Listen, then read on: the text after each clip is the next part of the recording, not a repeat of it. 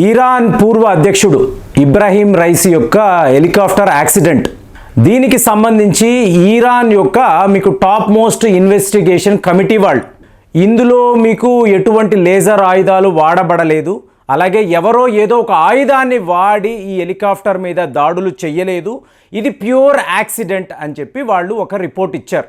So మరి ఈ report నిజమా అబద్ధమా అంటే నేను పదే పదే ఇదే మాట్లాడుతూ ఉంటాను. అమెరికాకు సంబంధించిన సిఐఏ ఎప్పుడో ఒక 5 ఏళ్ళు 10 ఏళ్లకు చెప్తారు ఆ రోజు ఏం జరిగింది అంటే అని చెప్పి వీఆర్ వెరీ సారీ అని సింపుల్గా తేల్చేస్తారు.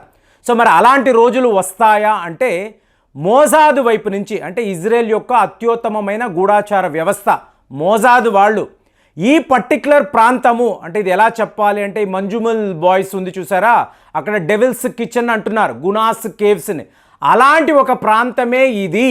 అంటే ఇక్కడ మీకు ఇరాన్ సరిహద్దులు, అలాగే అర్మీనియా అజర్బైజాన్ యొక్క సరిహద్దుల దగ్గర దట్టమైన అడవులు, పొగమంచు, వర్షము, ఇలాంటి ఒక ప్రాంతంలో ఇలాంటి హెలికాప్టర్ యాక్సిడెంట్లు అనేవి తరచుగా జరగవచ్చు.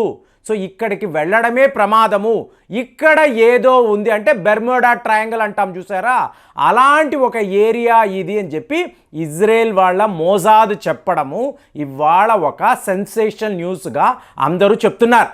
ఇది ఎలా చెప్తున్నారు అంటే చూడండి, అర్మీనియా యొక్క ప్రధానమంత్రి నికోల్ పాషిన్యాన్ అంటారు.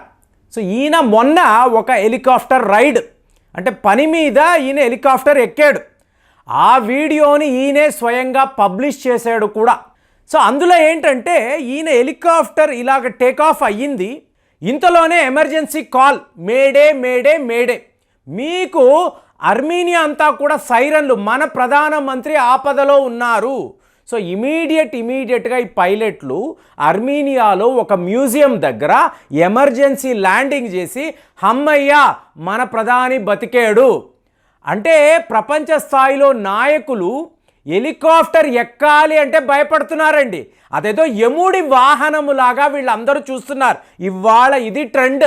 ఇంకా చెప్పాలంటే రష్యా అధ్యక్షుడు వ్లాదిమిర్ పుతిన్ కూడా తన పైలట్ దగ్గర మన హెలికాప్టర్లు సేఫ్గానే ఉన్నాయా, నేను ప్రయాణించవచ్చా, ఎందుకు ఇలా అంటున్నానంటే సదర్న్ క్రాస్నోడార్ అనబడే ఒక ప్రాంతం, ఇక్కడ రష్యా వాళ్ళ చాలా అత్యుత్తమమైన ఒక న్యూక్లియర్ సైట్ ఉందండి. దీనినే వారోనేష్ రాడార్ స్టేషన్ అంటారు.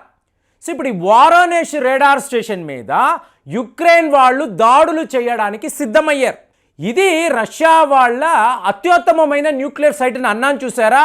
ఇది ఎలా పనిచేస్తుంది అంటే 500 టార్గెట్స్ని ఇది ట్రాకింగ్ చెయ్యగలదండి. ఎంత పెద్ద రేడార్ సిస్టమ్స్ ఉంటాయంటే మీరు గూగుల్ సెర్చ్లో ఫోటోలు చూడొచ్చు. సో 500 టార్గెట్స్ ఎటువైపు నుంచైనా, అంటే 6000 కిలోమీటర్లు. రష్యా అనేది ఎంత పెద్ద దేశం మనందరికీ తెలుసు. ఒకే దేశములో డిఫరెంట్ టైమ్ జోన్స్ ఉండే కొద్దిపాటి దేశాల్లో రష్యా అనేది నంబర్ 1 కంట్రీ.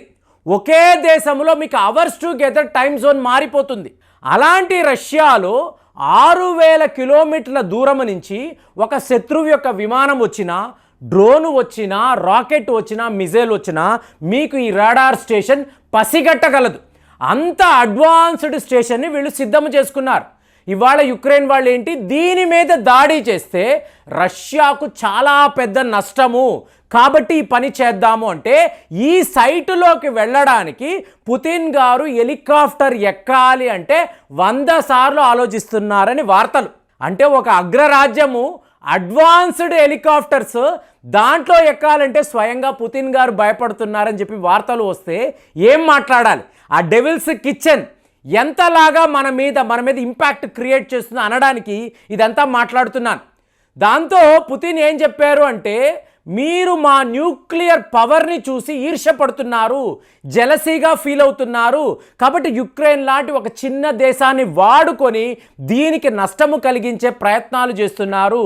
ఒకవేళ మీ ప్రయత్నాలు నిజమైతే, మా మీద దాడులు జరిగితే అమెరికా ఉండదు, యూరోప్లో ఎన్నో దేశాలు మీకు మాడి మసైపోతాయి, గుర్తుపెట్టుకోండి అని చెప్పి చాలా పెద్ద హెచ్చరిక. సో దాంతో ఇమీడియట్గా అమెరికా వైపు నుంచి రెస్పాన్స్ ఏంటంటే యుక్రెయిన్ వాళ్ళు ఇలాగ ప్లానింగ్ చేస్తున్నారు, ఇలాంటి ఒక వ్యూహాన్ని రచించారని నాకైతే తెలియదు, కాబట్టి మేము రష్యాకి సారీ చెప్తున్నాము, ఇలాంటి ప్లానింగ్ మేము ఒప్పుకోము. ఎందుకు? ఇమీడియట్గా మీకు ఇది ఒక న్యూక్లియర్ వార్గా మారుతుందండి.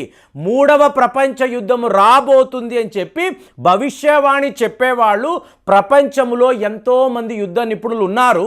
రోజుకి మీరు చూసారనుకోండి, ఏదో ఒక దగ్గర చాలా పెద్ద ఘర్షణ. మొన్న చైనా వాళ్ళు ఎలాగా తాయివాన్ చుట్టూర్త మిలిటరీ డ్రిల్స్ నిర్వహిస్తున్నారు, ఏ రకంగా మేము తాయివాన్ మీద దాడులు చేయబోతున్నాము, తాయివాన్ని ఆక్యుపై చేసుకోబోతున్నామని చెప్పి వాళ్ళు ఒక మాక్ డ్రిల్ చేయడము, ఒక మాక్ రాకెట్ డ్రిల్స్ నిర్వహించి ఇది జరగబోతుందని వీడియోలు కూడా వాళ్ళు పబ్లిష్ చేశారు. సో ఈ పరిస్థితిలో ఎటువైపు నుంచైనా కూడా ఒక పెద్ద యుద్ధము రావచ్చు. అదే రష్యాను రెచ్చగొట్టి, అంటే యుక్రెయిన్ వాళ్ళు వీళ్ళ తీవ్రవాదులను పెట్టుకొని నేరుగా న్యూక్లియర్ సైట్ దగ్గరికి వెళ్ళి ఈ రాడార్ స్టేషన్ మీద వీళ్ళు ఏమైనా బాంబులు విసిరేరా అనుకోండి, ఆటోమేటిక్గా ఇది ఏమవుతుంది, యుక్రెయిన్ నుంచి అమెరికా, అమెరికా నుంచి నాటో అని చెప్పి రష్యా వాళ్ళు టార్గెట్ చేసి మరి ఈ మొత్తం ఈ దేశాల మీద యుద్ధము ప్రకటిస్తారు. ఇది ఎంత పెద్ద యుద్ధముగా మారుతుందని విడిగా మనం మాట్లాడక్కర్లేదండి. ఎన్నో వీడియోస్లో నేనైతే ఎక్స్ప్లెయిన్ చేశాను. ఈ పరిస్థితిలో మీరు చూడండి, అమెరికా వాడు తగ్గడం లేదు. రష్యాకి సారీ చెప్పిన వాడు నేరుగా సౌదీ అరేబియా దగ్గరికి వెళ్ళి ఇక్కడ నేను ఒక మిలిటరీ బేస్ను పెట్టాలనుకుంటున్నాను, మా యొక్క ఆర్మ్డ్ ఫోర్సెస్ ఇక్కడికి వస్తారు అంటే సౌదీ అరేబియా ఇమీడియట్గా నో అలాంటి పనులు మాత్రం మీరు చెయ్యకండి, మేము పర్మిషన్ ఇవ్వము అంటే ఎలాగైతే భారత్ ఆన్సర్ చేసిందో, రెస్పాండ్ అయిందో, సౌదీ అరేబియా కూడా ఇలాగే రెస్పాండ్ అయింది. ఎందుకు? ఇబ్రాహీం రైజీ యొక్క మరణము. ఇప్పుడు మీరు గమనించారనుకోండి, ఈరాన్ ఒక పవర్ఫుల్ ఇస్లామిక్ దేశం, సౌదీ అరేబియా ఇంకొక పవర్ఫుల్ ఇస్లామిక్ దేశం. కాబట్టి ఈ ఇస్లాం మతాన్ని ఎవరు కాపాడతారు అంటే ఒకటి ఈరాన్ లేదా Saudi Arabia. Organisation of Islamic కోఆపరేషన్లో 57 దేశాలు ఉన్నాయనుకోండి, దీని యొక్క ఆధిపత్యము ఎవరిది అని చూసారనుకోండి, ఐదర్ ఈరాన్ ఉంటుంది లేదా సౌదీ అరేబియా ఉంటుంది. ఈరాన్ ఉన్న దగ్గర సౌదీ అరేబియా ఉండదు, సౌదీ అరేబియా ఎక్కడైతే యాక్టివ్గా ఉన్నారో అక్కడ ఈరాన్ వాళ్ళు ఉండరు. కాబట్టి ఇవాళ ఈరాన్ యొక్క అతి ముఖ్యమైన నాయకుడు, వాళ్ళ యొక్క సుప్రీం లీడర్ తరువాతి వ్యక్తి ఈయన మరణించడము, దీని వెనుక సౌదీ అరేబియా హస్తము ఉంది అని చెప్పి ఇవాళ ప్రపంచము మాట్లాడకూడదు. వాళ్ళు ఎప్పుడు మాట్లాడతారు? అమెరికా వాడు పనిగట్టుకొని సౌదీ అరేబియాతో ఫ్రెండ్షిప్, నా మిలిటరీ బేస్ అక్కడ పెడతానంటే ఇదంతా కూడా ఆ ఏరియాలో అమెరికా వాళ్ళు, సిఐఏ వాళ్ళు ఏదో చేశారు, ఎప్పటికో ఒకరోజు బయటపడుతుంది. కాబట్టే ఇబ్రాహీం రైసీ మరణించాడు. అంటే ఈరాన్ ప్రజలే చెప్తున్నారు కదండి, ఇజ్రాయెల్ని విడిచిపెట్టకూడదు, అమెరికా మీద ప్రతీకారం తీర్చుకోవాలి. సుప్రీం లీడర్ హమాస్ నాయకుడిని పిలిచి నువ్వు ఏం చేస్తావో తెలియదు, ఇజ్రాయెల్ యొక్క వినాశనాన్ని నేను చూడాలి, నా కళ్ళారా చూడాలి అని చెప్పి ఆయనే చెప్తున్నాడంటే దీని వెనుకంతా కూడా ఒక ఫెయిర్ స్టోరీ ఉంది. ఇది ఒట్టి హెలికాప్టర్ యాక్సిడెంటేనంటే మనం ఇవాళ నమ్మొచ్చు. వార్తాపత్రికలు, టీవీ ఛానల్స్లో ఇదే చెప్తున్నారు, ఫెయిర్ రిపోర్ట్ అండి అనొచ్చు. కానీ వెనుక ఉండే స్టోరీ ఎప్పుడూ ఎవరికి తెలియదండి. ఏదో ఒక రోజు అమెరికా వాడే చెప్తాడు, చెయ్యకపోయినా కూడా మేమే చేసామండి అంటే మా సత్తా ఏంటి, మా పవర్ ఏంటో ప్రపంచము చూడాలి. కాబట్టి అంత పెద్ద నాయకుడిని కూడా మేమే లేపేసామని చెప్పి అమెరికా వాడు చెప్పగలడు. అలాంటి ఒక పరిస్థితిలో హెలికాప్టర్ ఎక్కితే ఏం జరుగుతుందో, ఆ యముడి వాహనమే హెలికాప్టర్ అన్నట్టుగా ప్రపంచ స్థాయిలో పెద్ద పెద్ద నాయకులు, ఆర్మీనియా ప్రధానమంత్రి, అలాగే మీకు రష్యా యొక్క అధ్యక్షుడు, ఇంకా ఎన్నో దేశాల నాయకులు హెలికాప్టర్ అంటేనే భయపడుతున్నారు. మరి దీనిని మీరు ఎలా చూస్తున్నారు?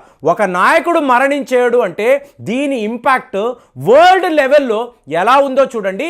పెద్ద పెద్ద యుద్ధాలు వచ్చే అవకాశాలు ఎన్ని రకాలుగా కనిపిస్తున్నాయో చూడండి. మరి దీని మీద మీ స్పందన ఎలా ఉంది? కామెంట్స్లో తెలియజేయండి. మళ్ళీ వచ్చే వీడియోలో కలుద్దాం. జై హింద్.